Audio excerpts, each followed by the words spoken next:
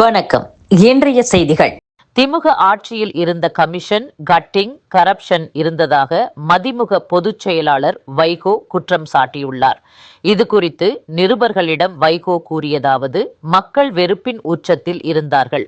திமுக ஆட்சியில் ஒரு சதுர அடிக்கு இவ்வளவு ரேட் என கமிஷன் வசூலிக்கப்பட்டது. திமுக ஆட்சியில் இருந்த கமிஷன், கட்டிங், கரப்ஷனை இந்த ஆட்சியில் ஒழித்து விட்டார்கள். திமுக கூட்டணியில்தான் இருந்தேன். கூட்டணியில் இருந்து கொண்டு அது பற்றி பேசுவது அயோக்கியத்தனம்.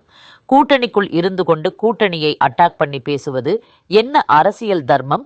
கூட்டணி தர்மத்திற்காக பேசாமல் இருந்தேன். அதுதான் சரியான அணுகுமுறை. ஒரு கட்சி கூட்டணிக்குள் இருந்து கொண்டு அவர்களை கண்டித்து பேசுவது நாகரிகமா? நீங்கள் எத்தனை கேள்வி வேண்டுமானாலும் கேளுங்கள், 1 மணி நேரம் வேண்டுமானாலும் கேளுங்கள், நான் பதில் சொல்கிறேன். இவ்வாறு வைகோ கூறினார். அரசியல் மாறிவிட்டது. அதற்கு தகுந்தபடி அரசியல் கட்சிகளும் மாற வேண்டும். இல்லையேல் அவை அழிவை சந்திக்க நேரிடும் என்று வி.தி. லீடர்ஸ் அமைப்பின் நிறுவனர் அண்ணாமலை தெரிவித்தார். அவர் கூறியதாவது: அரசியல் என்பது அதிகாரத்திற்கான போட்டி அல்ல. இன்றைய அண்ணாமலை இன்னும் 20 ஆண்டுகளில் காலாவதியாகி விடுவார். அவரை வழிநடத்த இளமையான, சிறந்த மற்றும் அதிக ஆர்வம் கொண்ட நபர்கள் வருவார்கள். பாஜவில் இருந்து விலகிய எனது முடிவு தனிப்பட்ட லட்சியத்தால் எடுக்கப்படவில்லை. மாநிலத்திற்கு ஒரு புதிய அரசியல் கலாச்சாரம் தேவை என்ற நம்பிக்கையில் எடுக்கப்பட்டது. நட்பாக இருக்காது. நான் தொடர்ந்து ஒரு தீவிர தேசியவாதியாக இருக்கிறேன். நான் நாட்டின் ஒற்றுமையை நம்புகிறேன். அனைத்து மாநிலங்களும் தங்களின் லட்சியத்தை அடைய போட்டியிட வேண்டும் என்றும் நான் நம்புகிறேன். பாஜவில் தமிழகத்துக்கான அரசியல் முடிவுகள் டில்லியில் எடுக்கப்படுவதாக தமிழ் மக்கள் உணர்கிறார்கள். அது ஒரு நல்ல அரசியல் என்று நான் நினைக்கவில்லை.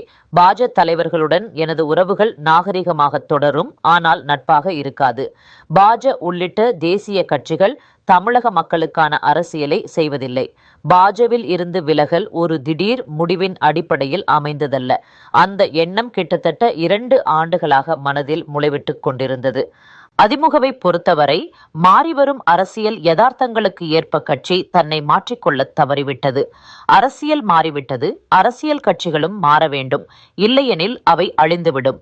பாஜவுக்குள் அண்ணாமலை எப்போதுமே அண்ணாமலையாகத்தான் இருந்தார் என்று என்னால் பெருமையுடன் கூற முடியும். கட்சி எனக்கு ஒரு வாய்ப்பை கொடுத்தது. நானும் ஒரு காரியகர்த்தாவாக என்னால் முடிந்தவரை சிறப்பாக செயல்பட்டேன் என்று நான் கருதுகிறேன். நான் முதலில் ஒரு இந்தியன், ஆனால் ஒரு தமிழனாக இருப்பதில் பெருமைப்படுகிறேன். வி.தி. லீடர்ஸ் அமைப்பு பாரம்பரிய அரசியல் அமைப்புகளைப் போலன்றி இருக்கும். இந்த இயக்கத்தில் பதவிக்கால வரம்புகள், வயது வரம்புகள் மற்றும் தலைமை பொறுப்பு சுழற்சி முறை ஆகியவை பின்பற்றப்படும். இந்த இயக்கம் தற்போது தேர்தல் அரசியலை விட உறுப்பினர் சேர்க்கை, குடிமைசார் பிரச்சாரங்கள் மற்றும் தலைமைத்துவ மேம்பாடு ஆகியவற்றிலேயே கவனம் செலுத்தி வருகிறது. தமிழக அரசின் பல்வேறு துறைகள், உள்ளாட்சி அமைப்புகள், அரசு நிறுவனங்களின் வங்கிக் கணக்குகளில் நீண்ட காலமாக பயன்பாடின்றி முடங்கி கிடந்த 11,526 கோடி ரூபாய் பொது நிதி நிதித்துறையின் சிறப்பு பணிக்குழு ஆய்வின் மூலம் கண்டறியப்பட்டு அரசின் கருவூலத்தில் செலுத்தப்பட்டுள்ளது. அரசு திட்டங்களுக்காக ஒவ்வொரு துறைக்கும் அரசு பல கோடி ரூபாய் ஒதுக்கீடு செய்கிறது. அந்த நிதி முழுமையாக பயன்படுத்தாமலும் அதிகாரிகளின் கண்காணிப்பு இல்லாததாலும் நீண்ட காலமாக அப்படியே அந்தந்த துறைகளில் இருப்பு வைக்கப்பட்டிருந்தது. இது குறித்து அரசின் கவனத்திற்கு கொண்டு செல்லப்பட்டதை தொடர்ந்து நிதித்துறையின் கீழ் சிறப்பு பணிக்குழு ஒன்றை அரசு அமைத்தது. இக்குழு பல்வேறு துறைகள், உள்ளாட்சி அமைப்புகள், அரசு நிறுவனங்களின் வங்கிக் கணக்குகளை ஆய்வு செய்ததில் திமுக ஆட்சியில் 2021 நவம்பர் 1 முதல் 2025 ஜூன் 24 வரை பல்வேறு அரசு துறைகளிடமிருந்து 11,526 கோடி ரூபாய் பயன்படுத்தப்படாமல் இருந்தது தெரியவந்தது. குறிப்பாக உள்ளாட்சித்துறை, ஆதிதிராவிடர், பழங்குடியினர் நலத்துறை, தமிழ்நாடு குடிநீர் வழங்கல் மற்றும் வடிகால் வாரியம், பொதுப்பணித்துறை, கல்வித்துறை, சுகாதாரத்துறைகளில் கோடிக்கணக்கான ரூபாய் பயன்படுத்தப்படாமல் இருந்தது. தேனி ராம்கி என்பவர் தகவல் அறியும் உரிமை சட்டம் மூலம் கேட்டது மூலம் தெரியவந்துள்ளது. அதிகாரி ஒருவர் கூறுகையில், 1 ரூபாய் கூட மீதமிருந்தாலும் அதையும் கணக்கெடுத்து மீட்டெடுக்க சிறப்பு பணிக்குழு நடவடிக்கை மேற்கொண்டுள்ளது. மொத்த பணமும் அரசு கருவூலத்தில் திரும்ப செலுத்தப்பட்டது. எதிர்காலத்தில் நிதி முடக்கம் ஏற்படாமல் தடுப்பது ஆகிய நோக்கங்களுக்காக இந்நடவடிக்கை மேற்கொள்ளப்பட்டுள்ளது என்றார். அதிமுகவில் இருந்து விலகுவதாக முன்னாள் அமைச்சர் M.R. விஜயபாஸ்கர் அறிவித்துள்ளார். கரூர் எம்எல்ஏ ஆக இருந்த M.R.